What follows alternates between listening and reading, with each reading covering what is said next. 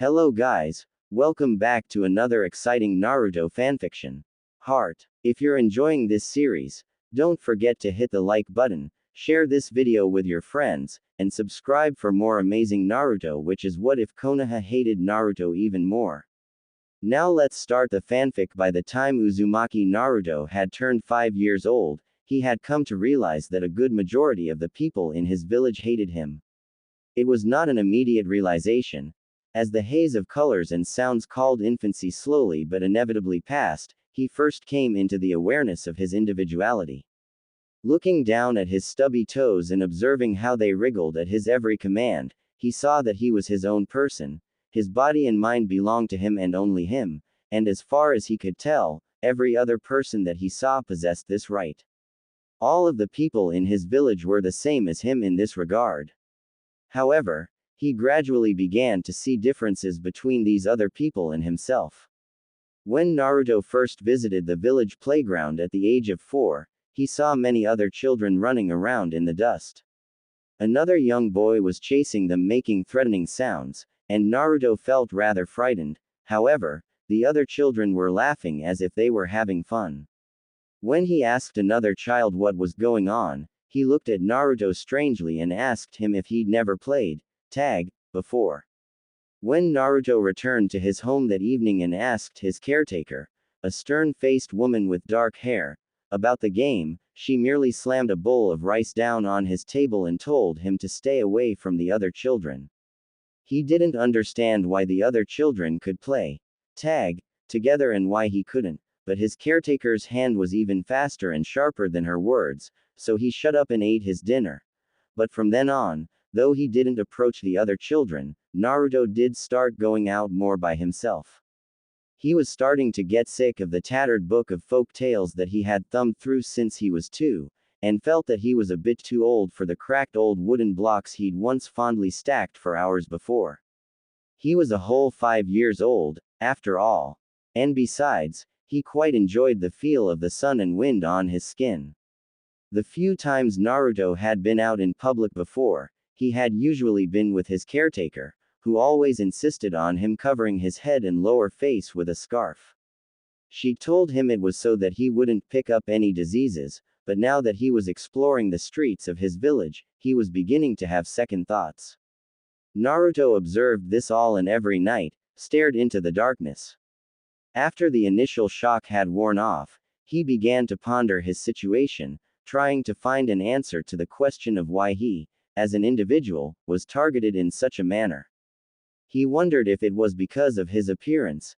After all, when he ventured outside with his scarf on, nobody treated him like an aberration, or even worse, pretend he didn't exist.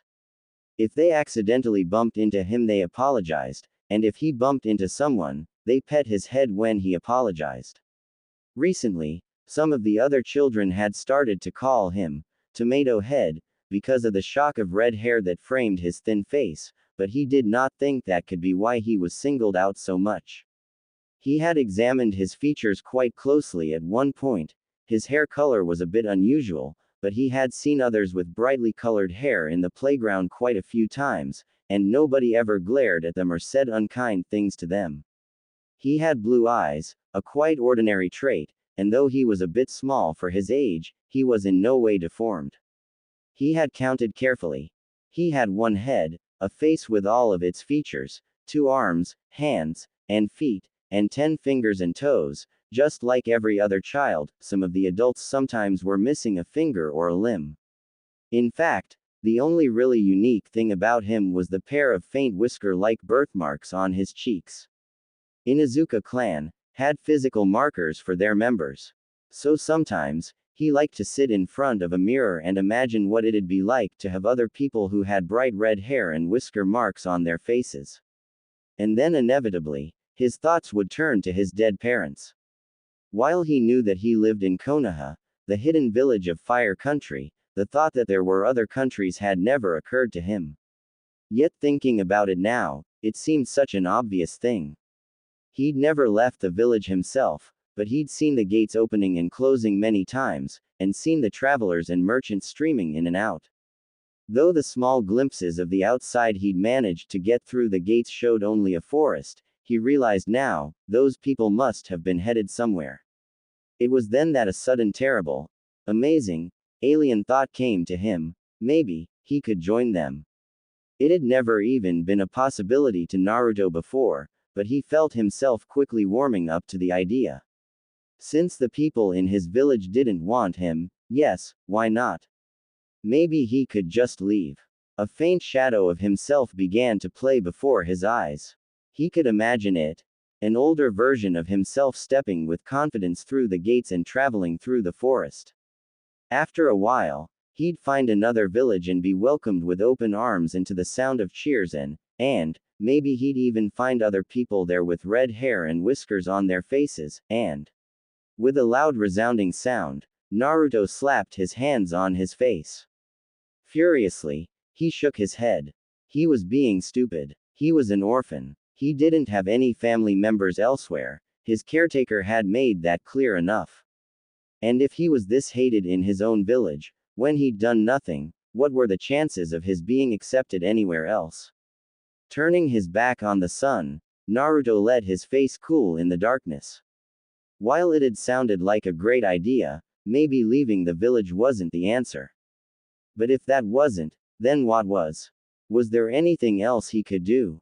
Sometimes, he wondered what it was like to walk outside in the sun without being jeered at.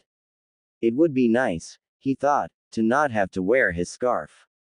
And sometimes, when he saw the other children leaving the playground holding their parents' hands, something throbbed within his chest.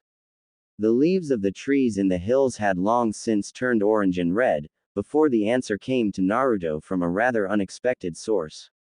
On the morning of his 6th birthday, he woke up to find the room cold and with no breakfast on the table. His caretaker had always made him 3 meals a day, washed the dishes after him, done his laundry, and cleaned his small apartment once a week. She'd never had a kind word for him. In fact, she'd rarely spoke to him at all, but she'd never made him starve before. Blearily staring at the empty table as he rubbed the sleep from his eyes, Naruto didn't notice the masked individual that suddenly appeared on the open windowsill. Before he could do much else, the man had forcefully picked him up and jumped out the window. At first, thinking that someone had finally decided to attack him in his home, he struggled in the strange man's grip, clawing at the man's chest. But he then realized that the man was wearing a porcelain animal mask and metal chest armor, and relaxed. As much as he was hated by the rest of the village, it was common knowledge that the strange animal masked men worked for the Hokage. Sure enough, he was dumped unceremoniously into the Hokage's office.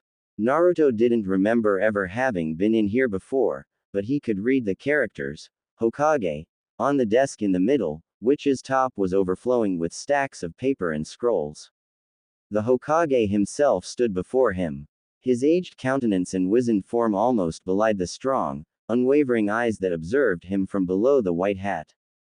Naruto quivered and began to look away, but unlike the villagers, the Hokage's gaze held no animosity or hatred. So he met the elder ninja's dark eyes with his own, and for a moment, he thought he might have seen a flicker of emotion within them. But then it was gone, and he turned away. Naruto learned several things that day. Though he'd never really thought about it before, he now learned that the Hokage had been his benefactor paying for his caretaker, and that now that he was 6, she would no longer be coming by. He would receive a monthly stipend from the Hokage, but he would have to prepare his own meals and clean up after himself. And finally, he learned that he was to attend the academy, starting immediately. Running as fast as his legs could carry him back to his apartment, Naruto was so excited that for once, he didn't even notice the glaring that followed him. After all, the academy was the holy grail for the children at the playground. Having a sibling in it gave you automatic bragging rights, and if you were going to be joining it yourself, uncontested rights to the best swing, bar nothing. For the first time in his life, he felt a rising airy sensation in his chest that he didn't know the word for. However, that evening, Naruto watched the sun set from his window, and with the growing darkness, he began to feel a niggling sense of doubt. He'd never been allowed to join or be a part of anything before. Would attending the academy really change anything for him? He'd always admired the ninja. Their mystique and power made them just like the heroes of his childhood folk tales. But could he become like one of them? And if he did, would people stop hating him? Or was he doomed to be hated for the rest of his life? His fingers rested on the window sill, clenched into his palms, leaving behind red marks. No, Naruto decided. None of that mattered. He would just become a ninja that they couldn't ignore or despise. He would become so great, his red hair or his whisker marks wouldn't matter. Whether they thought he was ugly or stupid, none of that would matter. He would become the most revered and respected ninja of Konoha. He would become Hokage. Even if he couldn't own their bodies or their minds, he vowed, he would own their hearts. The next morning found Naruto scanning his own appearance before the mirror. If he was going to become Hokage, he knew he should at least have the ability to make a good first impression on his teacher and his classmates. Thankfully, his caretaker had at least done the laundry before she left. Now, he was wearing his best, or rather, least threadbare clothes. His hair, on the other hand, was a completely different story. It was a spiky red mane that hung down to his neck. Rolling a lock of the bright hair between his fingers, Naruto wondered if he should trim it. He glanced out his window, and let go of the lock. He could see the Hokage monument from his apartment, and if the busts were accurate, the second, third, and fourth had all had rather crazy spiky hair. Clearly, their hair hadn't impeded their rise to the top, and he figured that his wouldn't either. In fact, he thought in a passing way, the fourth's hair even rather resembled his own. Nevertheless, he dug out a brush that hadn't seen the light of day since it had been bought, and dutifully tugged it through his hair. Finally, with one last check in the mirror, smoothing out a non-existent crease in his shirt, he left his apartment and headed to the academy. Before he entered the building, Naruto paused and looked up at the circular sign that proudly hung in the niche above the doors. The character for Shinobi was emblazoned on it in bold ink, and he knew enough to know that it was made up by the separate characters of Blade and Heart. Together, it meant endure. It seemed appropriate considering the goal that he had in mind. Tracing the character with a finger on his palm, he took a deep breath and stepped through the doors. The classroom was large with a high ceiling, and filled with rows of desks, stacked in an increasing, rising order like a staircase. When Naruto walked in, following his new instructor, a man with an old scar across his face who had introduced himself as Yumi no Iruka, a palpable ripple of surprise swept through the room. The noise level in the class sharply dropped, as dozens of pairs of eyes turned to observe him. Naruto didn't meet any of their narrowed gazes, but stood awkwardly in front of the blackboard. Offhandedly, he realized that he recognized one of the faces that stared back at him. It belonged to the girl with the large forehead who he'd noticed getting picked on a few times in the playground. From his brief personal interaction with the instructor, Naruto could already tell that Iruka was usually a proficient teacher. Discreetly looking around, every time Iruka fumbled over a sentence, he saw looks of puzzlement reflected on the faces of his classmates, confirming the fact. He returned his gaze to the Chunin just as the man in question looked up at Naruto, and their eyes met for a split second. Iruka gave no visible signs of reacting, and looked away almost immediately, mistakenly writing a different character on the blackboard as he did so. But Naruto already knew. Though it was just the smallest glimmer, he had seen that same, strange look of fear and revulsion that everyone else in the village had whenever they saw him.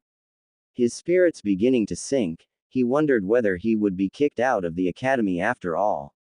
After the lesson on reading and writing, the class moved on to chakra, and suddenly, Naruto found himself out of his depth. Apparently, there was something called a chakra point, and a person had 361 of them. There was also something called hand seals, and the 12 basic ones were named after the horoscope animals. But not knowing what chakra itself actually was, Naruto could barely follow the discussion, let alone participate. From the sounds of it, it sounded like magic, but he'd always thought magic was mere fantasy. So what else could it be? Hour of torture later, the class was over, and the students were given a short lunch break. As most of the other children filed out of the room, Naruto dawdled at his desk before approaching the instructor, who was flipping through a sheaf of papers on a clipboard. Uruka-sensei, Naruto began in a low voice, looking down at the ground. Most adults didn't like it when he looked at them directly. Yes, Naruto. He heard the rustle of paper above him. Uruka's tone was casual, but Naruto thought he could detect a note of tension. Could you tell me what chakra is? When the man didn't answer right away, Naruto looked up and hurriedly added, the discussion was very interesting, and I wanted to join in, but I'm still not sure what it is, and where it comes from. To his relief, Naruto observed some of the tension leave the instructor's face, though he still looked perplexed. Well, Naruto, chakra is a form of energy that all living things have. The energy is a mold of physical and spiritual, and goes around your body in a network. We ninjas can use this chakra to perform techniques. Uruka paused, before adding, do you know what a technique is? Naruto shook his head no. A technique is a skill made possibly by chakra, with effects like walking on water, exhaling fire, and creating illusions. There are all kinds of techniques, such as ninjutsu, genjutsu, taijutsu, and even the most basic one requires you to mold your chakra. Usually, techniques require a certain sequence of hand seals. To demonstrate, he put his two hands together and quickly made some signs. There was a burst of smoke, and suddenly, someone who looked exactly like Naruto was standing in front of him. Letting out a small exclamation of amazement, he stepped back. There was another burst of smoke, and Uruka was standing before him again. That was the transformation technique. It's one of the most basic ninjutsu techniques, and we'll be learning it when your class is a bit more advanced. Eagerly, Naruto put his hands together and mimicked the man's hand signs. To his disappointment, nothing happened. Just doing the motions won't be enough, I'm afraid, said Uruka with a smile. Naruto's eyes widened at the sight, and the smile slid off of the man's face like sap. He coughed. Well, off you go now. Naruto left with his heart pounding. He couldn't remember anyone having ever smiled at him before. And unlike the smile he himself had given the class, this hadn't been an offering of goodwill, it had been the genuine article. Feeling like a large burden had been removed from his shoulders, Naruto began to wander the village, looking for a place to eat that wouldn't chase him out. So long as he didn't get on Uruka's bad side, maybe he would be able to learn everything he wanted about being a ninja. And then, he would be that much closer to becoming the Hokage. As Naruto passed by a small restaurant, a ninja with a face mask stepped out from under its flap. As the flap dropped down, the most hauntingly delicious aroma he had ever smelled came wafting out, freezing him in place. There was a big paper lantern hanging outside. It said, Ramen Ichiraku, in bold red characters. As though entranced, before he knew it, he had lifted the flap and stepped in. Several of the villagers were already there, eating, and at his entry they looked up at him. Reacting on instinct, Naruto tensed, waiting for them to glare at him, but instead, their faces grew pale. Rising to their feet with a clatter, they all left in a hurry, leaving behind an array of empty stools. Well, that was a new reaction. Even he'd never cleared a restaurant out like that before. Feeling a chill run down his back, Naruto turned to the counter to find himself face to face with a stern-faced man in an apron. He waited for him to respond angrily, but instead, the man grunted, "What'll you have?" Taken aback, Naruto's eyes flickered over to the menu and he stammered out the first item he saw, miso ramen. Less than 10 minutes later, the most majestic bowl of noodles he had ever seen in his life was placed in front of him. Slowly, he raised his chopsticks to his mouth, and as warmth spread through his body, his chopsticks picked up in pace, and soon he was inhaling the rest of the bowl. It was not to last, however. Hearing the stools beside him clattering once more, he looked up, and almost choked on a noodle. They were a rowdy group of children he recognized from his class at the academy. Hunching over his bowl, he tried to shrink in on himself. But without his scarf, there was nothing to hide his hair. Well, what do you know? Hey, look everyone, it's Tomato Head, said one of the boys, jumping up from his seat.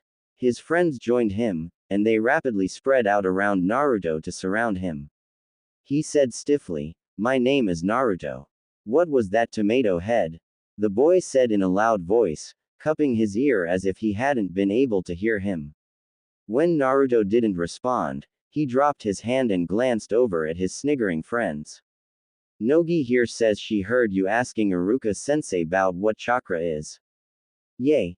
Sensei couldn't believe it," chortled a pudgy girl. "He told us after you left that you didn't know nothing and that," she sniffed, "we should help you out."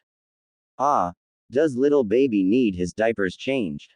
the boy crowed. He leaned over and swiped Naruto's bowl. "Does Tomato Head want his mommy?" "Oh wait." He laughed and lifted the bowl to his lips. "You don't have one." Blinking, Naruto watched the bully slurp up the remainder of his ramen. Out of the corner of his eye, he saw that the owner of the restaurant was preoccupied with another customer. "It's not nice to make fun of people about their parents," he finally said in a mild tone that belied the increasingly hot fire that burned in his belly. "What would you know about being nice? It's not like you ever had parents to teach you," scoffed a girl. "My parents told me to stay away from you, 'cause you're bad," added the boy with relish. "I'm not bad," gasped Naruto before he could stop himself. "You are too." "No, I'm not." Too. "I'm not." Too. "Damn Tomato Head. No one wants you here." The boy lifted his hand up with the bowl still in hand. Not comprehending, Naruto watched dumbly as the bowl flew through the air and hit him on the chest with a crash, spilling cold liquid all over his best clothes.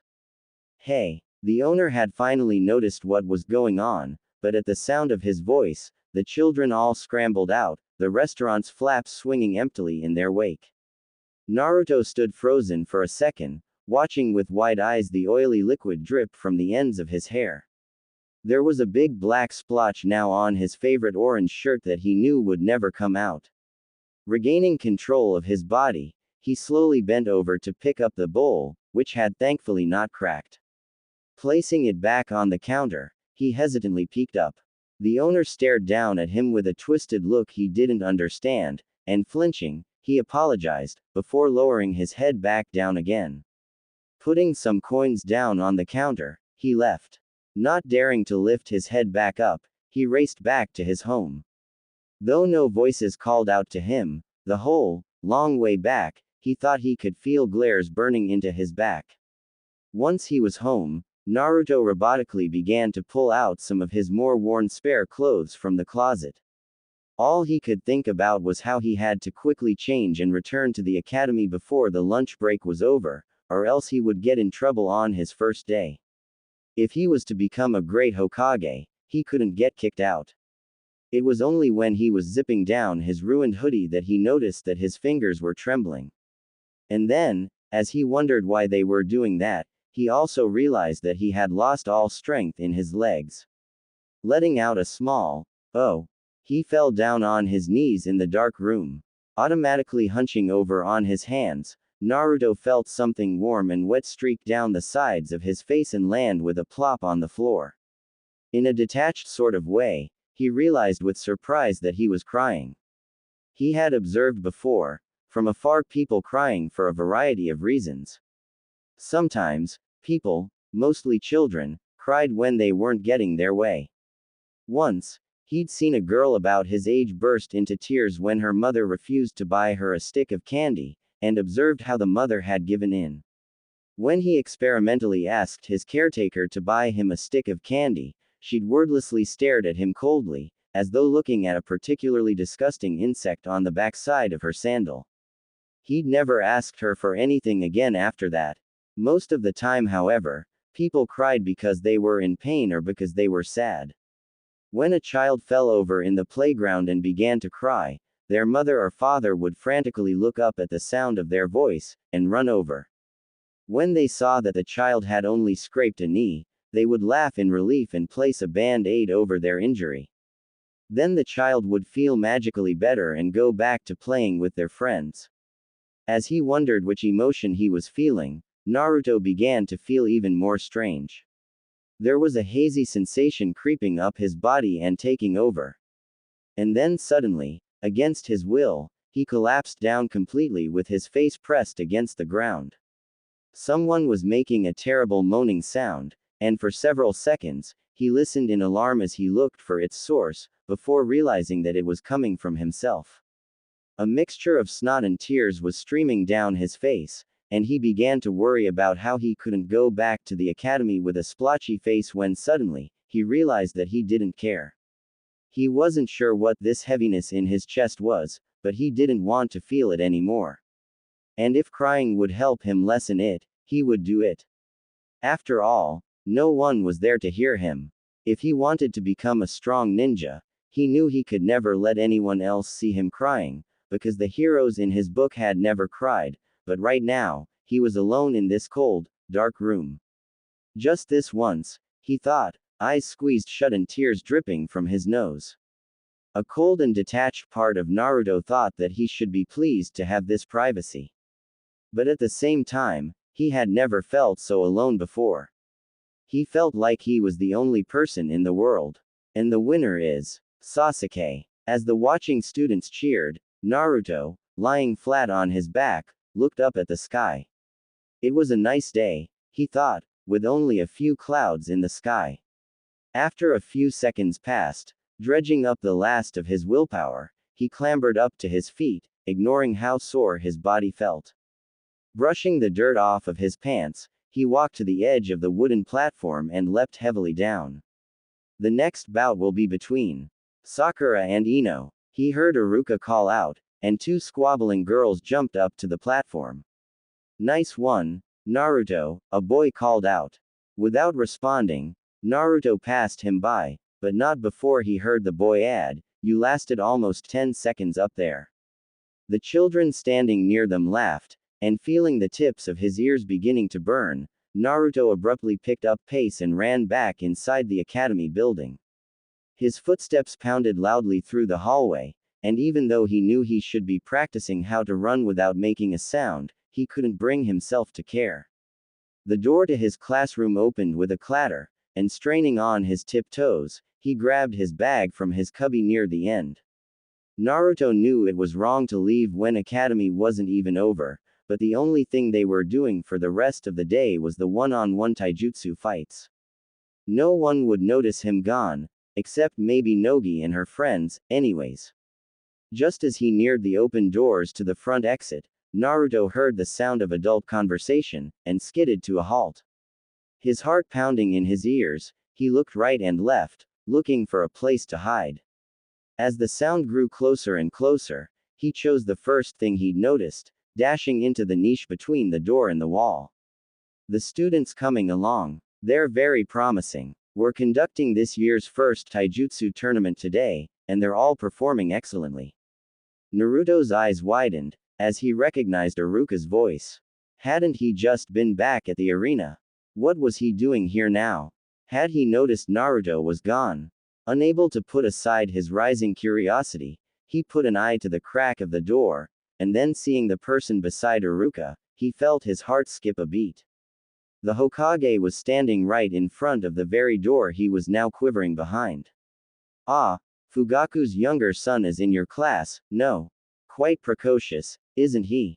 Actually, while I'd hate to see him go, I think that if he continues to perform as well as he is doing now, transferring him to a more advanced class wouldn't be out of the question. They are brothers after all, the Hokage chuckled. There was a short pause, as the Hokage seemed to be surveying the academy building. For a horrifying instant, Naruto thought that the elderly ninja's gaze had paused on the sliver of his face, and had to fight the urge to run. But then he turned away, and Naruto felt some of the feeling begin to return to his face. They resumed talking, but began to move away in the direction of where the other children were, and after a short while, Naruto finally came out from his hiding spot. Over and over, Naruto punched repeatedly into the air, pushing his body to remember the motion, until suddenly, he realized with a jolt, that several hours had passed, the sun had set, and the temperature had dropped. He was rummaging through the bushes looking for his bag, when he heard the sound of footsteps and froze. Reacting on instinct, for the second time that day, Naruto ducked, trusting the shadows to complete his concealment. To his dismay, the footsteps stopped at a place not too far from where he was hiding. This looks like a great place to talk, doesn't it, Azumo? It was Iruka again, and compulsively, Naruto stepped back even further into the bushes, shadow. Sure. It was an unfamiliar male voice this time. What did you want me for? I was just thinking. It's a pity the Konoha Archive Library is closed to civilians, isn't it? What? Of course it is. We wouldn't want sensitive village information falling into the hands of just anybody. But it's not just that, right? There's the jutsu section, with scrolls on taijutsu, genjutsu, ninjutsu. Well, yes. But civilians would just hurt themselves without formal instruction. But if that section was open to, say, academy students, that'd help them with their studies, don't you think? Are you feeling okay, Iruka? The voice sounded annoyed. Of course it's open to academy students. Not that my little sister seems to care. Oh yes, I forgot. They'll need an academy instructor's permission for more advanced level scrolls, but basic and fundamental scrolls are freely accessible to students. The Konoha Archive Library sure comes in handy. Don't you agree, Azumo? What in the... Wait, this is Katetsu, isn't it? Said the other voice suspiciously. Was that supposed to be your impression of Iruka? I'm right, aren't I? Ahaha yeah, you caught me. Absolutely terrible, man. I'm a bit rusty, I suppose. Rusty. That doesn't even cover it. Iruka doesn't stomp around like that, he kinda walks with his hips moving like this. There was a rustling sound. Like this. Yeah, exactly. Spot on. See, you can do this. The voices faded away. After a few minutes, his heart still thudding in his chest, Naruto finally jumped out. It had been nerve-wracking hiding the whole time, but he couldn't believe his luck at coming across such a vital piece of information, the library. That was it. His mind racing with the possibilities, Naruto rushed home. If he had stopped even for a minute to retrace his footsteps, he may have found the conversation rather odd, as though performed for his benefit rather than a truly organic dialogue. Instead, he turned in for the night extra early, practically flying under his bedcovers in his excitement.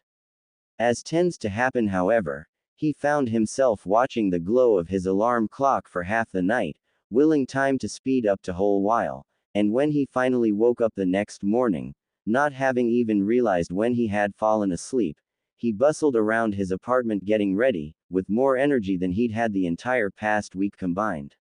That day's academy lesson was thankfully conducted indoors, with a primary focus on reading, writing and math, and as soon as classes were over, Naruto was the first one out the door.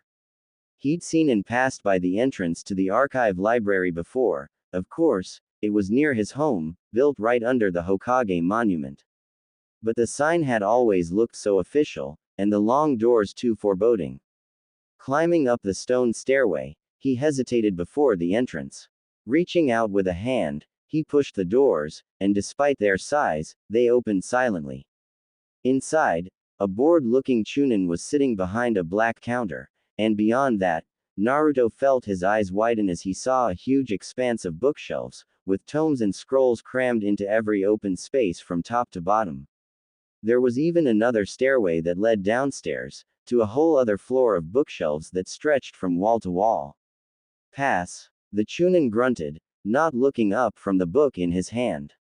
Naruto froze. His hands tightening over the strap of his bag, he looked down at his toes, wondering if he'd misheard Iruka, or Katetsu, he supposed.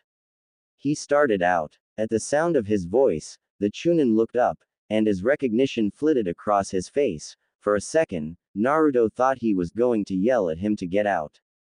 But to his surprise, the Chunin put down his book and scribbled something on a piece of paper, before ripping it out and giving it to him. 1 year later. The next bout will be between Naruto and Nogi. A girl wearing her hair back in a ponytail stepped out nervously onto the wooden platform. The platform, which had been smooth and unblemished at the beginning of the year, was now scarred with numerous marks of past fights, serving as a reminder of how far they had come since then. Opposite her, a young boy with red hair leapt lightly onto the platform, making only the slightest sound as he landed. He stood relaxed and comfortably, with his hands hanging in front of him. His name was Uzumaki Naruto. Nogi hated him. At first, it had been fun just because he was so easy to make fun of with his stupid hair, and she never got in trouble for picking on him, because nobody else liked him either. When her papa came home late smelling of beer and yelled at her mama and told Nogi to pick up her damn toys, there was nothing that made her feel better than running outside and taunting him with Funa and Yasu. Naruto never said anything back, but he never cried either, so it was easy to pretend that he wasn't, well, one of them. He was weak too. Nogi always relished her matchups against him in taijutsu, and always used extra force than necessary when pushing him down to the ground, even though she always got in trouble with Iruka. But gradually, at some point over the year, Nogi had suddenly found that he wasn't quite so easy to push down anymore. His awkward movements at the beginning of the year were gone, and one day, he even managed to connect a kick. It was stronger than she'd expected, and she was sent flying off the platform. Her friends were immediately at her side helping her up, but when she looked up, Naruto was already getting off the platform, without a second glance at her. Nogi hated him. It was now the end of the year taijutsu evaluation. She lowered into her preferred starting stance, a compact and defensive one that still gave her enough maneuverability to jab out and go on the offensive in an instant. She hadn't fought against Naruto since he'd kicked her, but she knew that she couldn't underestimate him anymore. The only one who seemed to be able to knock down the boy nowadays was Sasuke, and well, nobody beat Sasuke. Begin. Nogi tensed up, readying herself. But to her annoyance, Naruto didn't move. He just stood there, watching her with a blank look on his face, and after a few seconds, she couldn't hold it in anymore. His red hair taunted her, filling her with anger, and she charged at him. Her hands were outstretched, and she threw herself forward, when he stepped aside. She felt something smash down on her back, and grunting in pain, she fell flat on her face. Before she could get back on her feet, she felt Naruto kick down on her side and shove her off the platform. She landed roughly with a loud thud, and coughed as a cloud of dirt erupted around her. The winner is Naruto. Nogi forced her sore body to turn around, and seeing Naruto's back as he walked off the platform, she felt hot tears begin to form in her eyes. She really hated him. After the year's evaluation, when Iruka took Naruto aside and asked whether he wanted to be transferred to an upper-level class, he answered, yes, without a second's hesitation. Instead of being in the top of his class, as he was now, he would probably have to return to being in the bottom-most rung again. But Naruto didn't mind. He knew that with patience and hard work, his teachers would guide him once more. I'm glad it worked out, was Iruka's last remark to Naruto, though he didn't quite understand what the Chunin meant. That winter, Naruto spent even more time in the archives than before, determined to get an early start on his studies. And finally, when springtime came and the academy opened again, he found himself standing before yet another class of strange faces that looked back at him with sullen eyes. Steeling himself with a blank look, he prepared himself for yet another year of insufferable snickering and taunting. However, to his surprise, his new classmates were slightly different. They were older than him, being 9 or 10 years old, and he found that to some extent, they had grown out of the ignorant cruelty of their childhood. They were at the age when they began to think for themselves instead of blindly following what their parents told them to. But at the same time, nobody approached him. Naruto wasn't an outsider, but he wasn't one of them. He was just something that sat beside them in their classroom and sparred with them outside. Well, That was fine with Naruto. He'd gotten along just fine without any friends in his first class, and the newfound peace in his current class was more than enough for him. He had his teachers in the archives. They taught him and kept him company. And even more than that, they were his friends, and Naruto didn't have to hide anything from them. Naruto had two secrets that he'd never told anyone else. The first was that he felt two types of chakra running through his body. Of course, he couldn't see any of it, but if he had to describe them in terms of how they felt, he'd say the first one felt yellow, and that the second felt red.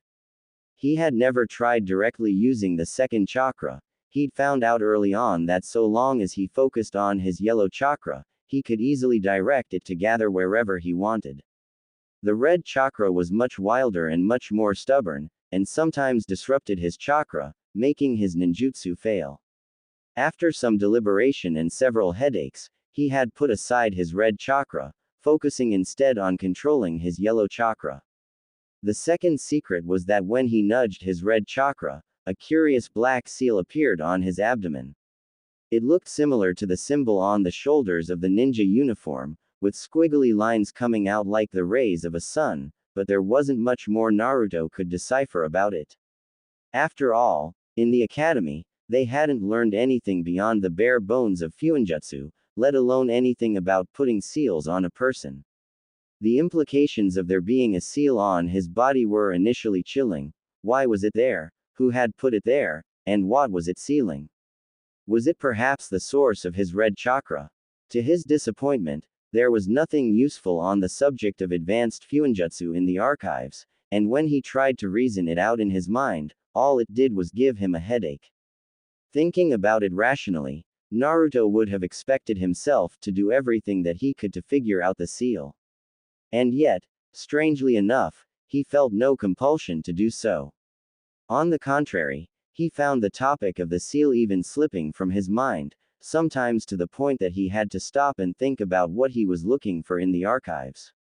It was a strange thing. But aside from the occasional headache, it didn't seem to affect him in any tangibly negative manner, nor was there anyone he could have asked about it in the first place. In the end, after several weeks of frustration, he put it aside for good and stopped thinking about it at all. And so, the months passed.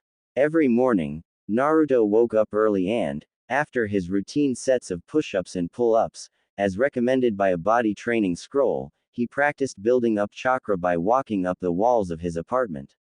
He also began to spend his mornings meditating and concentrating on feeling the flow of his chakra running through his body. It was hard to believe that there had once been a time when he didn't know what chakra was. It was the spirit of his very self circulating throughout his body. In the afternoons, Naruto attended the academy and learned about chakra and hand seals, mastering basic techniques. He studied how to set traps, how to disguise his own presence, and how to eliminate as much sound as possible from his movements. He learned how to detonate explosive tags remotely with chakra, and could release himself from all basic genjutsu. He was smaller than everyone else in his class, so he didn't win quite as easily as he had before, but he made sure none of his losses were in vain. Instead, he learned how to weave in and out to confuse your opponent, and how to use his opponent's movements and body weight against them. And in the evenings, Naruto hurried to meet his teachers and friends in the archive library. In return for his loyalty, they granted to him their secrets, teaching him the lore of how jutsu worked, of how one used hand seals to manipulate how much chakra one used to fuel a technique. He learned that while the academy taught them the traditional way to use seals and jutsu, a true master of ninjutsu could perform a complex jutsu with just a single hand seal. Naruto had become such a frequent visitor at the archives, that eventually, the Chunin had stopped paying such close attention to him. He didn't want to lose their trust, but sometimes when he thought it was safe, he slipped out of the academy section and went into the higher-level jutsu shelves. It was there that he discovered that a technique called the Kage Bunshin, shadow clone technique, existed, which its usefulness far outstripped that of the simpler version they learned in the academy. Determined to master it, he slipped it back with him into the academy section. Then, he quickly read through the instructions, hiding it behind a scroll about the applications of water jutsu in agriculture. Reading through it, it became readily apparent as to the reason why they didn't teach it at the academy. Unlike the illusionary clones, the shadow clones took up substantially more chakra. It was an amount that the typical person couldn't afford to expend. However, in his experimentations with his different types of chakra, Naruto had come to realize that his chakra reserves far exceeded that of any ordinary ninja's levels. And so, with extensive practice in the forest, he was eventually able to successfully summon several shadow clones. Furthering his studies, he also began to read about chakra theory. He read about chakra affinity, and from a test with special chakra paper, learned that he had affinity for the wind element. From then on, following the rather cryptic diagrams provided in the scrolls, he began to experiment with molding his yellow chakra, observing how its properties changed depending on how he manipulated it. When Naruto first succeeded in changing the form of his chakra into being as sharp and thin as possible, and then released it, he found himself being blasted off of his feet as a strong gust of wind exploded in the area around him. Though it was exhausting, it was also exhilarating, and Naruto resolved to add elemental manipulation to his daily exercises, determined to master it. In this manner, 3 years slowly passed. When Naruto was 10, he graduated from the academy at the top of his class and was put into Team 7 with 2 other genins, a girl named Mayu Kamizuki and a boy named Rai Hagane. Mayu, a small forgettable girl with brown pigtails, was timid and seemed entirely too afraid of Naruto to talk in his presence. Instead, she hid behind their other teammate Rai, a tan dark-haired boy whose face was somewhat marred by a scar that ran strikingly across his left cheek. Neither seemed altogether pleased about being in the same group as the village pariah. Their Jonin teacher was the renowned shinobi, copy ninja Kakashi. In the split second that it took for Kakashi to register what had happened, a flash of red came shooting out of the hole that Mayu had made. Watching in astonishment at the hand that reached out for the bells, he immediately leapt away, realizing his mistake. At some point, Naruto must have replaced himself with a shadow clone. The real Naruto had hidden underground, hiding his presence behind Mayu's. A bell jangled. Kakashi felt a single drop of sweat roll down his neck, as he and Naruto stared impassively at each other. A single bell dangled from between the boy's fingers. Judging from the look of shock still on Mayu's face, she had not been privy to this part of Naruto's plans either. Kakashi had to wonder whether it had been a spur-of-the-moment thing, or whether he had thought of it all from the very beginning. Whichever the case, however, it didn't make much of a difference. He had underestimated the genin. It was as simple as that. As similar as Naruto looked to the fourth, it had been all too easy to simply dismiss him as the cute baby-faced son of the legend. He certainly hadn't expected him to know a Jonin-level technique such as the shadow clone technique, or thought it possible for a genin to have devised such a plan. But now, he knew better, and he would never so completely underestimate the son of Minato again. No, Kakashi corrected himself. He would definitely not be underestimating Uzumaki Naruto again. Very well, he said, shaking his head ruefully. The remaining bell jingled from his pocket. But since only Naruto got a bell, the 2 of you will have to be tied to the rock. For a few seconds, he let the 2 genin process the information, noting the look of disappointment on Mayu's face and the carefully blank one on Naruto's. Then he smiled behind his mask. Just kidding. Everyone passes. Letting out a big sigh, Mayu fell on her knees, and soon afterward, Rai dropped out of the trees to join them. With some amusement, Kakashi noted the wide, easy grin on his scarred face. It looked far more natural there than the scowl had. It seemed the boy didn't take too well to strangers, but was the type to quickly warm up to one. As his genin began to ravenously dig into their lunches, Kakashi looked over them. He had somewhat mixed feelings about how things had turned out.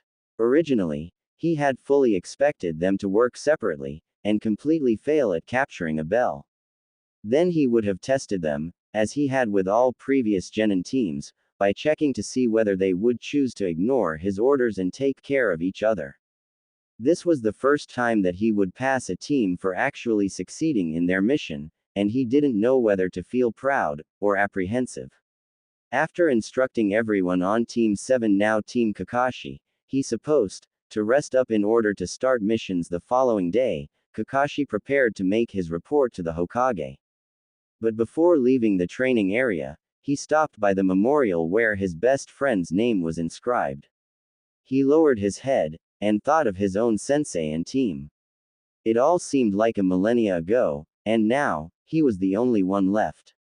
He wondered if he would be able to pass on what he had learned from them to his own genin team.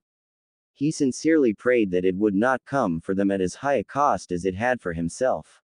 Vivid red appeared on the bandit's neck, and Naruto could hear the man's heart begin to beat faster. "Let me go," pleaded the man, his voice raw with desperation. "Tell me, I have a son waiting for me. He's 6. We just needed money. Please." Naruto paused. It didn't seem like the man was lying, but his mission came first. And the mission details did not include letting go a bandit who would undoubtedly attack other innocent merchants in the future. With a gurgle identical to the first man, the bandit before him fell to the ground. Red blood came bubbling out of the sides of his mouth as he attempted to say something. "Hero," the bandit choked out, before his eyes glazed over. He twitched once and then he was still. Wiping the blood off the kunai and returning it to his holster, Naruto picked up the remaining scrolls and tucked them beside his tanto on his back.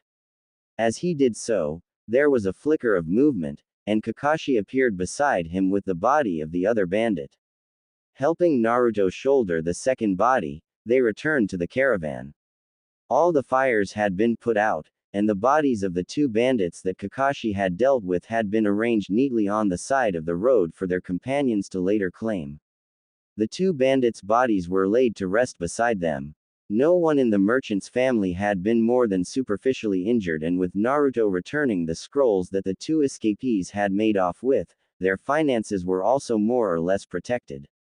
Naruto mutely accepted the gushing praises of the fat man, all too aware of the still wet bloodstains on his face and clothes. While Rai gave him a nod of acknowledgement, Mayu shot him a look of fear before turning away to comfort some of the younger children. When Naruto was alone, he raised a hand and touched his face. Lowering it, he saw that his fingers were stained red. He'd taken the lives of 2 men in the same amount of time it'd have taken him to eat a meal. It had been so easy too, just a single slash across their necks, and they had ceased to matter. His thoughts turned to what the bandit had been trying to say in his final moments. Hero. His son's name, perhaps. By the time Kakashi told Naruto that he could rest for the rest of the journey to Yugakure while the Jonin took over his position, he was so tired that he accepted without comment. Clambering into the wagon and lying down, he immediately felt sleep envelope his weary body. The road to becoming Hokage is going to be long indeed, Naruto thought to himself as he drifted off. In his dreams that night, the bandit's body was gone from the side of the road. The only sign that it had been there was the faint trail of dirt and broken grass blades that led into the forest. Yugakure was a peaceful and prosperous village in the land of hot water. The village was tucked away high up in the shrub-covered mountains, connected to the ground by carved pathways that spiraled down the side of the cliff rock. The country received its name from their famous hot springs, which were sourced by the many small rivers that furrowed through the land. These rivers all eventually cascaded down the side of the valley as thin waterfalls before joining a vast river. The village was apparently very popular as a tourist spot, and as Naruto and his team wearily walked past the entrance gates, they could see quite a number of families coming in with them. Within the village itself, there were a large variety of souvenir stalls selling festival masks, local specialties, and fans among other things. The center of attraction, however, seemed to be the big wooden archway with the words, "Hot Springs," at the center of the village, which the majority of the people were headed towards. The sky was bleached with orange and purple as the sun set, and Kakashi decided that they would stay the night before leaving for Konoha at dawn. Hearing of their decision and overcome with gratitude for a job well done, the silk merchant gifted them with tickets for an overnight stay at a famous local inn with its very own hot spring. And so that evening, Mayu headed off by herself to the women's bath while Naruto and Rai hunkered down in the heated pool in the men's bath. Resting a soaked towel on his head, Naruto closed his eyes, letting his tired muscles soak in the hot water. With his eyes closed, he idly began to pick up the jumbled chatter of multiple surrounding conversations. The way they washed over him had a very relaxing effect. Naruto. Naruto opened a single eye to see Rai looking at him from the opposite end of the pool. Mirroring Naruto with a folded towel on his head, he had a mischievous look on his face. Much more than Mayu, and even more so since the incident with the bandits, Naruto had noticed that the other boy was talking to him with increasing frequency. It was a little bewildering and altogether new for Naruto. A small part of him skeptically wondered whether Rai was setting him up for something. However, since preserving the team harmony would be most beneficial to successfully completing their missions, he didn't rebuff the other genin. What is it? He said. Rai waggled his eyebrows. Think Kakashi-sensei'll take off his mask in the bath. Naruto pondered this for a moment. It was true that he had also never seen their sensei's face in its entirety, though he had never before thought too deeply on it. I don't see why he wouldn't, he said. I don't think he has a medical condition that requires him to always have a face mask on. I bet he's hiding a weird mole. Rai smirked. Or something else, he added with a more sober look, touching with his hand the knotted scar that ran across his cheek. Who's hiding a mole? Said a voice. It belonged to Kakashi, who appeared to be stepping into the bath area. He was standing where the white steam from the baths was thickest, and they could only make out the outlines of his body. As the man stepped closer to where the two genin were resting, Rai stood up impatiently with a splash, straining to see his exposed face. Naruto remained seated, but strangely enough, he also began to find curiosity bubbling within him. Just as Kakashi was about to come into view, there was a soft hissing sound in the bath indicating new hot water was being pumped in. A sigh of appreciation rising up among the men, a cloud of white steam drifted up, concealing everything around them. Soon, Naruto couldn't even see Rai, who was right in front of him, though he could hear the other genin gnash his teeth in frustration. This is nice, isn't it? He heard Kakashi comment congenially. This steam's making it hard to see anything. There was a splashing sound. Oh, there goes my towel. Guess I'll have to get a new one. Nice chakra control earlier, kid, the man said suddenly. Though you packed a lil, too much punch in it. Startled, Naruto gave him a cursory glance. The stranger had short, slicked back silver hair, but he was even younger than Kakashi. He was fit and his arms were muscled, indicating extensive training. The man, or was he a teenager, was not wearing a yukata like everyone else, but rather simple nondescript black shirt and pants. Around his neck was a hitai that Naruto didn't recognize. It had 3 diagonal lines. Naruto wondered whether the land of hot water also had a ninja village hidden away somewhere. What village are you from? He asked. Yugakure, replied the man with a careless shrug of his shoulders. Naruto's brow furrowed in thought. You mean this place used to be a hidden village? He couldn't imagine a sleepy tourist village such as this one being the headquarters of a group of highly skilled assassins. Yet the man standing before him was undoubtedly a shinobi, and from what he could sense, a very skilled one at that. It used to be a proper ninja village, before these fat merchants came in and turned this place into the laughingstock it is now, said the man, folding his arms across his chest. Now, the villages become just like this pond, and the people, simple ornamental fish. Naruto didn't respond. The man had yet to make any threatening moves, but there was something off about the man. It wasn't just the bitterness that laced the man's words, the combination of the cold, steely glint in his violet eyes and the just barely self-contained tremor in the man's muscles sent off every alarm in Naruto's mind. There was a splash as a pair of children in yukata ran to the pond's edge. They examined the koi fish, pointing out and laughing at specific ones that caught their eye. "Look at that fat one," said the little girl, her fishtail braid dipping below the water's surface.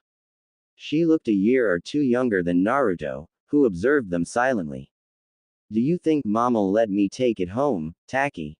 Her brother, standing beside her in a bright blue yukata, swiped at the fish in question several times before huffily giving up.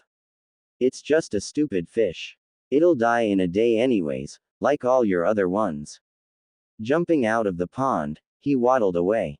Calling out for him to wait, the girl shot a second glance backwards at the fish before struggling up and following.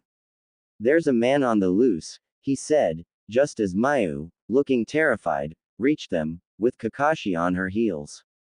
"He's strong, sensei." "All right, Team Kakashi," said the Jonin, looking around grimly. "I'll take care of him.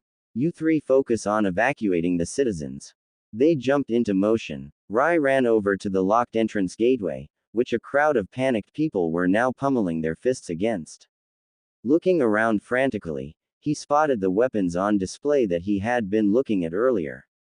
Immediately shattering the glass with his fist, he pulled out a scythe. Dragging it over to the gate, he smashed the doors open, and the terrified crowd began to pour out. Meanwhile, Mayu and Naruto had begun to help the various injured persons that were lying scattered across the ground. As Naruto helped up a middle-aged man bleeding from a deep slash across his stomach, the man let out a groan. "Hidan, please, stop him." The man slumped against Naruto as he fell unconscious.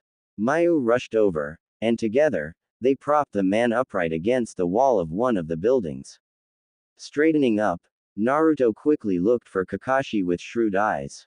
He had never seen the Jonin look so serious before, and even the horror of their situation couldn't distract him from the opportunity this presented. Now, Naruto would be able to see him truly in action. He quickly spotted Kakashi standing in a clearing, and shivered. Even dressed in a yukata as he was, Kakashi's coldly furious face would have set the most battle-hardened veterans running in the opposite direction.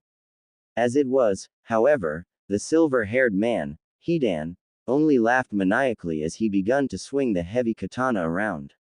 Despite himself, Naruto couldn't help but feel impressed by the sheer raw strength and power the man was displaying.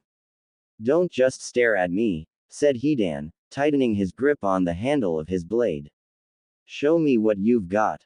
Without responding, Kakashi disappeared in a flicker of white, and faster than Naruto had ever seen him move, kicked Hidan directly in the chest.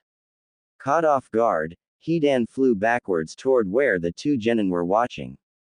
Leaping out of the way, they watched the man collide into a tree instead, which collapsed from behind him upon impact. A deafening crackling sound reminiscent of 1,000 birds filled the area, and a bright blue ball of spinning chakra quickly formed between Kakashi's hands. As Hidan angrily brushed aside fragments of wood from his chest, the Jonin shot towards them, leaving behind a small path of destruction. Just before Kakashi struck, however, Hidan let out a mocking laugh as he reached out for something with his free hand. "The boy!" cried out Mayu, but Naruto had already begun to move. Pushing himself to run faster than he had ever done before, he leapt into the air. The struggling boy in the blue yukata stared with terrified eyes at the incoming Jonin as he hung from Hidan's hands like a meat shield. Grabbing the neck of the boy's yukata with his hands and tearing him away, Naruto spun through the air. The crackling ball of lightning chakra passed by mere inches from his face. Hidan snarled in frustration and leapt backwards, Kakashi followed. Landing on the ground, Naruto set the struggling boy on the ground. Mayu rushed to the boy's side to check for injuries, but he immediately pushed her away. He looked up at the two genin with only fear in his eyes. "Get away from me, you monsters!" he screamed, his small body shaking like a leaf in the wind. "We're here to help you," said Mayu gently, holding her hands up to show she wasn't holding anything. "No, you killed Nami," bellowed the boy, staggering backwards in his desire to get away. Naruto remembered the girl with the fishtail braid the boy had been playing with earlier. "Don't kill me too," Naruto stopped in his tracks as he remembered the bandits he had killed the day before. His clothes back in the inn were being washed, but it would take several more washes before the bloodstains completely faded. He suddenly wondered if the man's son was waiting for his father to come back, shivering alone in the dark underneath a forgotten bush. Would he be as frightened as this shivering boy in a torn yukata before him? I won't allow you to die. Naruto held his hand out to the boy. Trust me. The boy stared back at Naruto with wide eyes, his mouth falling open a little. He stopped. And he must have found sincerity in Naruto's expression, because he stopped trembling. Behind them, Hidan screamed in pain and in fury, and the terrible shrieking sound of shattering metal followed. Naruto saw, as if in slow motion, a jagged shard of steel whistle through the air as it headed straight for the boy who now reached for his hand. Kakashi had just been nodding off to sleep when his mental warning bells suddenly went off. Immediately alert again, he hadn't had to look long to find the man behind the disturbance. He didn't know who this man was, but the Jonin knew that people like him, with such little regard for others' lives, were one of the most dangerous opponents to have around. And the least forgivable. Don't just stare at me, said the strange shinobi, swinging his katana carelessly.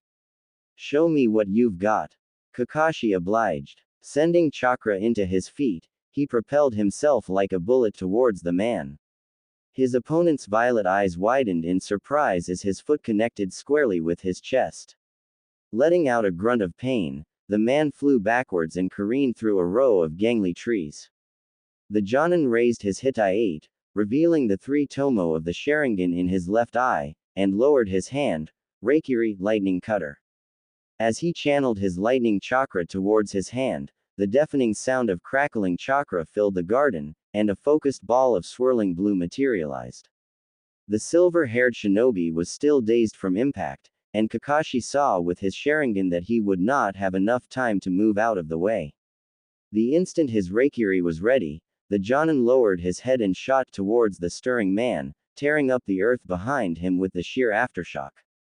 However, just before he reached the man, there was a flicker of movement he hadn't anticipated. Kakashi, to his shock, sensed a much smaller and weaker chakra suddenly being thrust between him and his opponent. His hand was already moving towards the man's heart, however, and he knew that he wouldn't be able to stop even if he had to go through the child. Kakashi leapt into the air, and grabbed the limp body, spinning to avoid the blades. As he did so, he saw the man race out through the gate, leaving behind a ghostly, malicious laugh. Then he was gone. It was over. Kakashi lowered his Hitai-8 back over his Sharingan. Setting Rai down on the ground, he checked the Genin's vitals and let out a sigh of relief. Looking around, he saw that most of the bodies lying on the ground had only superficial injuries, the biggest damage had been done to the garden itself. His eyes widened as he found his two other genin. Naruto, said Kakashi, running over. Mayu, what happened? Looking terrified, Mayu was trying to staunch a profusely bleeding wound on Naruto's bare chest. The boy was unconscious on the ground, the tips of his fingers still twitching. His yukata, which had been partially opened to reveal his chest, was torn and ragged. A long jagged shard of metal, covered in sticky blood, was on the ground besides them. Quickly putting the pieces together, Kakashi gently pushed the shocked girl aside. She obliged willingly, standing up. She put a comforting arm around a young, trembling boy that he didn't recognize. Gathering his chakra together, he prepared to use what little medical ninjutsu he knew to try and at least stabilize the boy, and then stopped. Impossible, thought Kakashi. Disbelievingly, he wiped away some of the blood that had pooled on the boy's chest, but saw that it was true. The deep wound was already healing. Even as he was watching, the skin was beginning to knit back together. Amazed, the Jonin blinked, as if doing so would somehow halt the healing. It didn't. He realized then that the sealed Kyuubi must have somehow accelerated Naruto's healing rate, perhaps by pumping out its chakra to save the boy. Sensei, said Mayu, her voice taut with fear. He'll be fine, it was just a shallow cut, he lied. Shallow. repeated the girl, her eyes widening. Kakashi wordlessly bent over, and picked Naruto's surprisingly light body up. There were shouts at the gate, and several medics came racing in. Catching one of the medics' attention, he directed them towards Rai, who was just beginning to feebly stir. When he turned back to wave for Mayu to follow him, he saw the look on her face and stopped. Mayu, sensei, I already know, she said quietly. I know what he is. When Naruto came to, everything was hazy and out of focus, and there was a sharp, throbbing pain in the right side of his chest. He was alone in a dark room. Looking down, he saw bandages covering his chest. For a second, Naruto couldn't figure out what he was doing there, before the memory of what happened came rushing back. When the piece of the metal blade came spinning at the boy in the blue yukata, Naruto hadn't thought, he'd simply just moved. The only thought in his mind right then was how much he needed, to save the boy. He'd pushed the child aside, and that was the last thing he could remember before waking up in the room. Naruto wondered briefly if he had died and this was some awful version of the afterlife, but quickly dismissed the thought. He didn't think his body would hurt this badly if he were dead. Just then, he heard footsteps outside the room, and then soft voices. Naruto tensed, wincing as he did so, before relaxing as he recognized their voices. It was Kakashi and Mayu. They were talking too quietly for him to hear, but it seemed like they were discussing something. A minute later, they must have come to a decision, for he heard Kakashi's heavier footsteps begin to walk away. There was a pause, and then the door slid open. It was Mayu. Naruto quickly closed his eyes and feigned sleep. He didn't know what to make of his female teammate. Though they'd been together for months now, she'd been avoiding him the whole time. In fact, ever since the mission with the bandits, she'd made an even more apparent effort to avoid talking to him. He didn't know what she was doing in his room, and he certainly didn't want to talk to her. He heard Mayu's footsteps pad over to where he was lying down. There was a soft thunk as she set down what sounded like a small table, his dinner, perhaps. Ah, Naruto thought, so that's why she was here. But while he'd expected her to get up and leave right away, for some reason, she sat there in silence. Too wary to fall asleep, Naruto waited, forcing his breathing to stay steady. It was only after some time had passed that at long last, he heard the sound of rustling fabric. Suddenly, he felt a warm pair of hands wrap around his own. He tensed, and she squeezed. I'm sorry, I forgive you, Mayu whispered into the darkness. Then she got up and left the room, sliding the door closed behind her. As soon as her footsteps had faded away, Naruto opened his eyes. He stared at his hand for a long time. The next day, Naruto was feeling much better, and when the medic removed his bandages, saw that he was almost completely healed. When he saw how there was barely a scratch left on his chest, he inadvertently let out a sound of disbelief. Judging from how painful it had felt, he had thought the cut had been much deeper.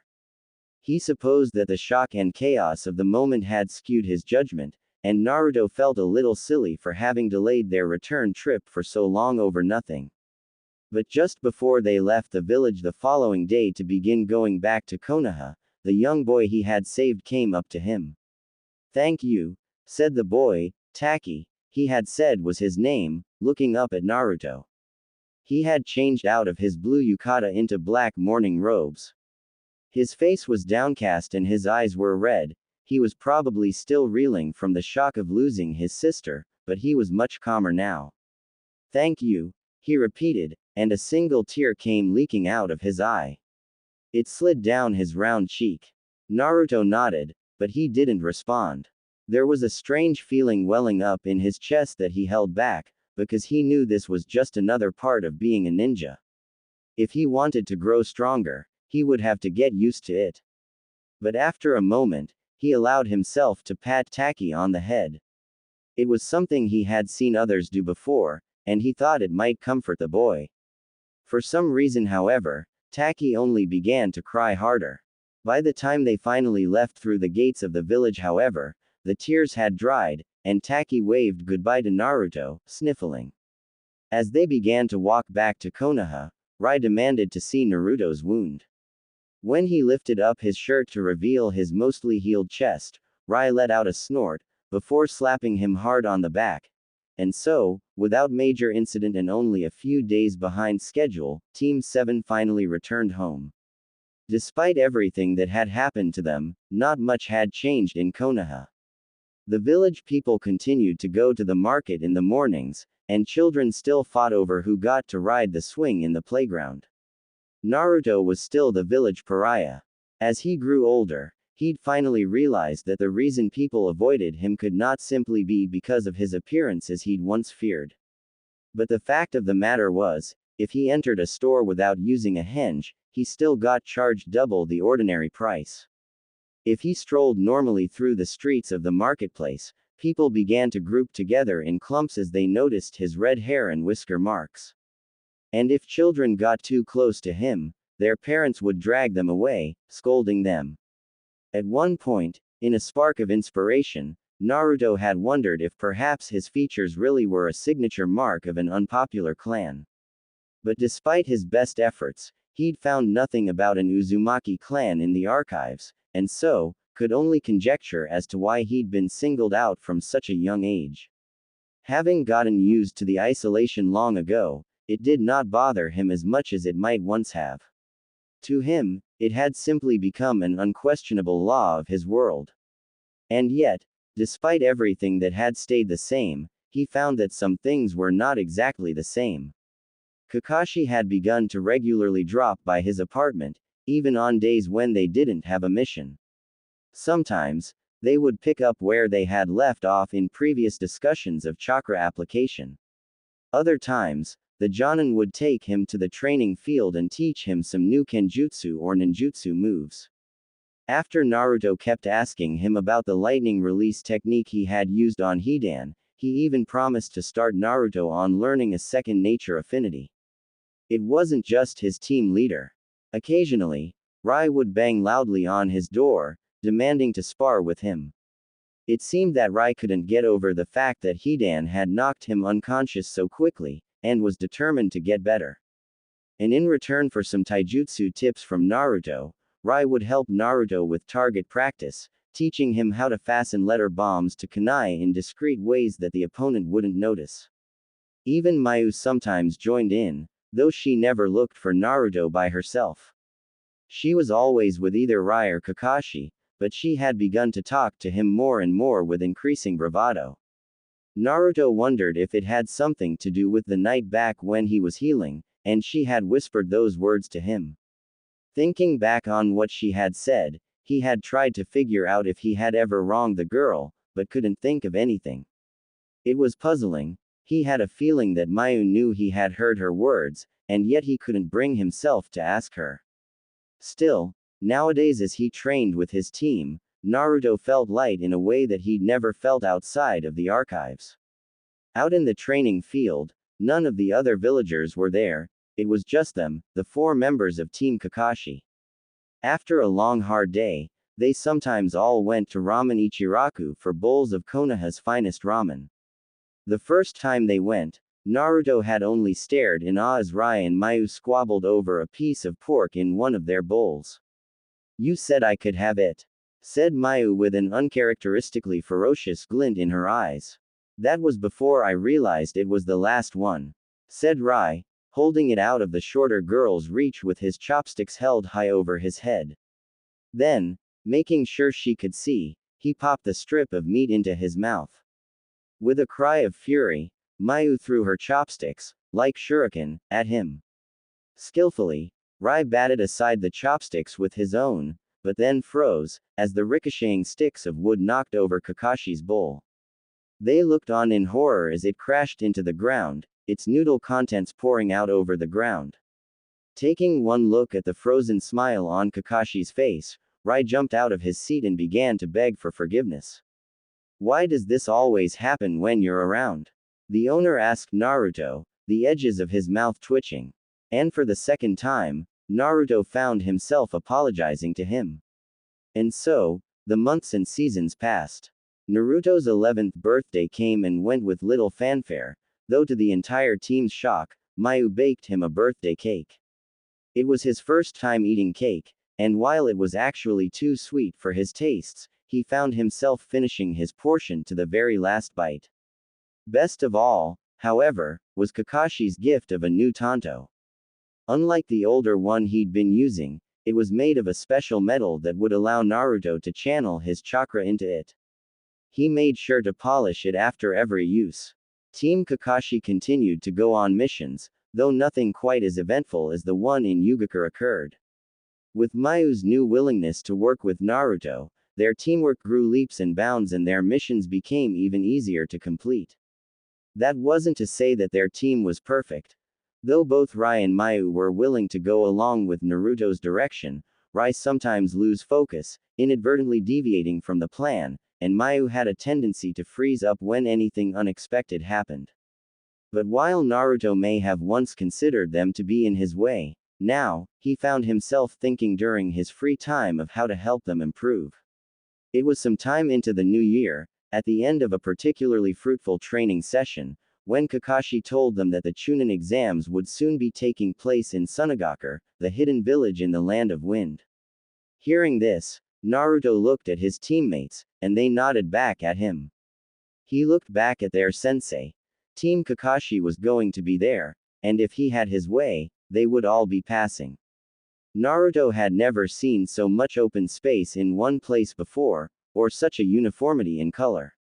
As far as the eye could see, fields of golden sand stretched into the distance. The horizon was not straight, but humped with faraway dunes, and the intense, constant heat from the sun caused refractions in the air.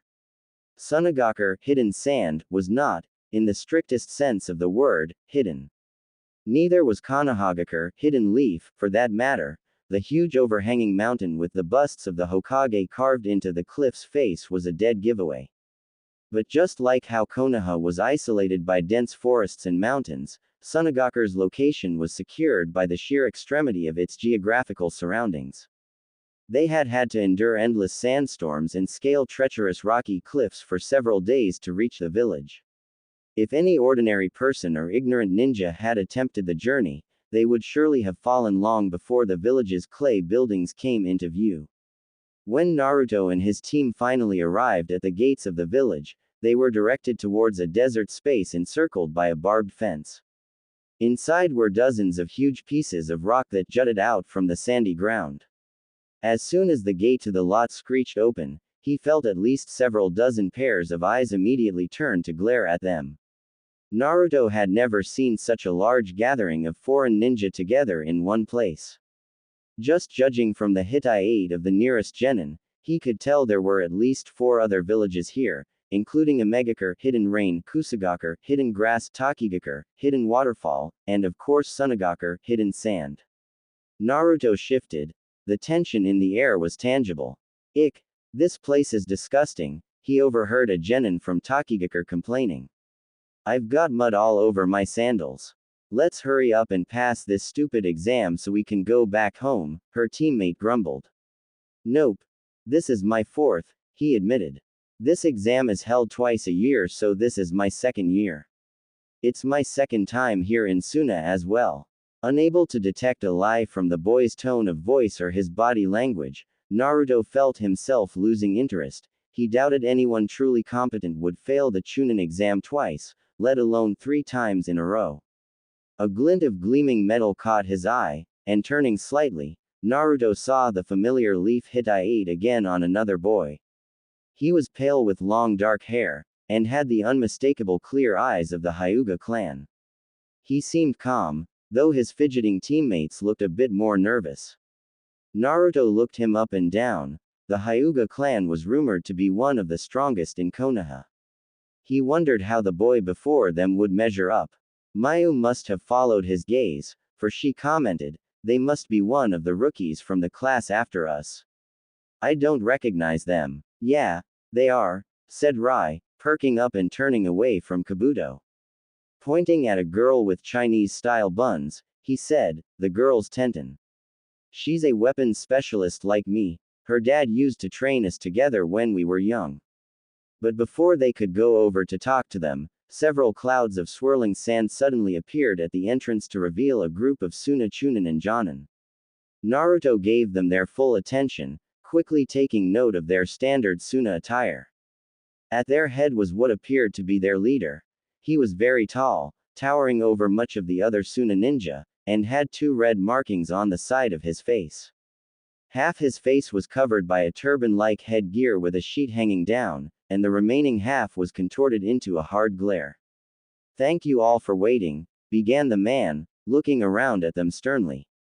"My name is Baki, and I will be your examiner for the Chunin selection exam's first test. You will now all be assigned a team number, in order of your arrival here." There was a murmur of uncomfortable assent. The Chunin examiners began to walk around, giving out plates with numbers on it. Kabuto returned to his team, and Naruto and his team waited patiently for theirs, as they had been the second to last to arrive. Finally, when the Chunin arrived at their number, they received the number 79. Right after the Omegakure team following theirs received their number, Baki gathered their attention once more. "If you will look around you, you will notice the slabs of rock that have been placed in the field. Pick one, and gather around it with your team." After a moment's pause to process the information, Naruto and his team walked over to the nearest rock. The others surrounding them all hurried to do the same. Each rock was about 2 meters wide, with another 2 meters radius separating the rock from the nearest surrounding rocks, making space rather limited between each team. Squinting his eyes against the sun, Naruto craned his neck backwards to look up at the rock. It was easily over 5 meters tall. The field has been divided into 20 sections, with 4 rocks of equal height in each, and a team surrounding each rock. Your objective is to protect your rock and keep it above ground level. There are 5 ways to fail this test. 1. If your rock reaches ground level, your team automatically fails. 2. If, by the end of the time limit of 1 hour, your rock is at a lower height than any other rock in your section, your team will fail. 3. If you physically touch any of your opponents or their rocks, your team will fail. 4. If your whole team is deemed unable to proceed with the test, you will fail. And 5. If you kill any of your opponents, you will automatically fail. What? So how do you pass? Hissed Rai. Naruto had found that while Rai had many talents, swiftness of mind was not one of them. Basically, we have to protect our rock from the other teams, and only one team out of every 4, at the most, is going to pass. We'll have to attack the other team's rocks using jutsu or projectiles so that they're at a lower height than ours. He looked at the teams of their adjacent 3 rocks, and saw that they too were sizing him up. One team was from Kusa, and the other 2 were from Suna. The deck was stacked against them. The teams from Suna were going to be operating in their natural environment. They probably knew everything there was to know about sand and rocks, and would be using this knowledge to their full advantage. Furthermore, it looked like this first test was going to be entirely a physical challenge, which would be problematic considering their team's strengths. Suddenly remembering something, Naruto knelt and picked up some of the sand. He rubbed it between his fingers, and while most of it fell to the ground, some of it stuck to his skin. It was slightly moist. "So, what's the plan?" prompted Rai. Naruto looked up to see that he and Mayu were looking at him expectantly. He glanced at the enemy genin. They didn't appear to be listening, but "We'll go with Plan E," he said, talking quickly. Baki, the Jonin, was opening his mouth. "Mayu, take the Kusa. Rai, take the closer Suna team. Begin." Immediately, a flurry of action and clanging filled the air. As Naruto quickly formed the necessary seals with his hands, he saw that the Suna genin were focusing their attentions on attacking the rocks. The genin from Kusa, like his team, were already attacking their enemy genin directly. As a stream of shuriken embedded themselves in their unprotected rock, pieces of rock shattered and crumbled down. Ignoring the attack, Naruto exhaled a small but powerful gale of wind from his mouth. Futon, Kyofu, wind release, gale. Whipping through the surrounding rocks, it careened towards the Suna team farthest from them. They jumped behind their rock, easily avoiding it. The wind blasted harmlessly against the rock, which wobbled, but otherwise remained stoutly standing. Naruto smiled. Meanwhile, Mayu had lowered her hood, and unclipped her hair clips, letting her hair fall around her shoulders. Her hands blurred into action, and as she stoked them to life with her chakra, the blue bird-shaped clips began to twitch and ruffle their feathers, swelling to twice their size. Stretching their wings, they took to the air. Suddenly, there was a shout of pain as Rai managed to hit one of the Suna genin in both legs with shuriken. The genin fell to the ground, and several chunin rapidly appeared by his side with a stretcher. As the incapacitated genin was taken away, in vengeance, the remaining two turned their attentions on Team Kakashi. One of them was a puppet user, and she directed her scorpion-like puppet towards Rai. It scuttled rapidly towards him, its stinger gleaming with the promise of slow-working poison. Letting out a stream of swears, Rai pulled out another scroll of artillery. Trusting his teammates to carry out their part of the plan, Naruto sat down behind the rock and closed his eyes. Making the appropriate hand seals, he concentrated on first shaping his chakra into being as thin as sharp as possible, before sending it trickling deep underground. Slowly but surely, he could feel the air pressure building up below him, and in reaction, something else began to surge upwards. In the distance, he heard further screams of pain coming from the Kusa team and felt a glimmer of pride. Mayu's genjutsu operated through her blue birds. If a bird made physical contact with another person, they would immediately fall under her trap. She could cause them to feel any sensation, including intense pain. The Suna genin probably wouldn't have fallen for the trick, seeing as how they were familiar with the birds of the region, but the Kusa genin hadn't suspected a thing. Now this left the two remaining Suna teams. Leaving Rai to handle one, Naruto fed an extra burst of chakra into the jutsu, and then finally gathered it all into a concentrated ball directly below them.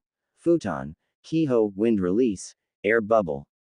Opening his eyes, blinking rapidly to adjust them once more to the sun, he inhaled deeply, rapidly forming the hand signals for his follow-up jutsu. When his lungs were full, he blew the same strong gust of wind towards the rock of the Suna team. Once again, they prepared to leap behind their rock, and froze as they couldn't. Looking down, they found their feet submerged in quicksand. With a yelp of panic as the sharp wind blew towards them, they ducked down. The wind blew over their bodies, and smashed against the face of the rock. With looks of blatant relief, they straightened up, and then froze once more, as the rock teetered dangerously. Disbelief dawning on their faces as their bodies continued to be swallowed up by the quicksand, they helplessly looked up as the rock wavered back and forth above them. After a few seconds of dangerous indecision, the rock finally lost its battle against the combined force of gravity and an unsteady base.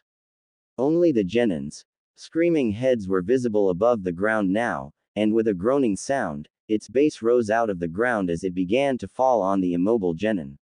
Sweating from the effort, Naruto rapidly urged more of the air pressure to build up, which would in turn cause the underground water to gush up. Just before the rock hit the ground, the genins' faces slipped below the watery quicksand with a slurping sound. There was a tense moment of silence, in which the sounds of the other battles around them seemed magnified. Finally, a second later, the three genins' heads popped up again above ground from besides the rock, which floated on the surface. Naruto exhaled. Their faces were smeared with mud, but they were alive. Hacking and coughing out mud, they limply floated in the quicksand. Naruto had directed his wind chakra to squeeze in on itself underground, causing the gas particles to accumulate and increase pressure. As a result, the stores of water below ground had moved upwards to the surface by pure hydraulic pressure. Since they were in a desert, Naruto hadn't been expecting to have access to a source of water large enough to create quicksand, but to his surprise, there had been an abundant water source beneath them. Due credit for the discovery had to be given to the genin from Takigakure who'd been complaining about the mud. Sitting down on the ground besides their standing rock, Naruto saw that Mayu and Rai were already done. The genin from Kusa were all slumped around their rock, frothing at the mouth. Mayu's blue bird was chirping from on top of one their chests. The two other Suna genin struggled as they stood pinned against their rock with multiple kunai. A destroyed scorpion puppet lay in pieces by their feet. Taking in the chaos of the quicksand, Rai raised his eyebrows. You overdid it, Naruto. Mayu was smiling, the color of her face returned to its normal shade. She raised a finger, and one of her birds landed on it. Naruto regarded the remaining desert space. The Chunin examiners were collecting the incapacitated genin, and most of the battles were still going on. The pristine rows of rocks from barely 10 minutes ago were already in shambles. Some of the rocks had been shattered into pieces, and he could see several genin moving feebly under the fragments. By the looks of it, less than 20 teams would be passing.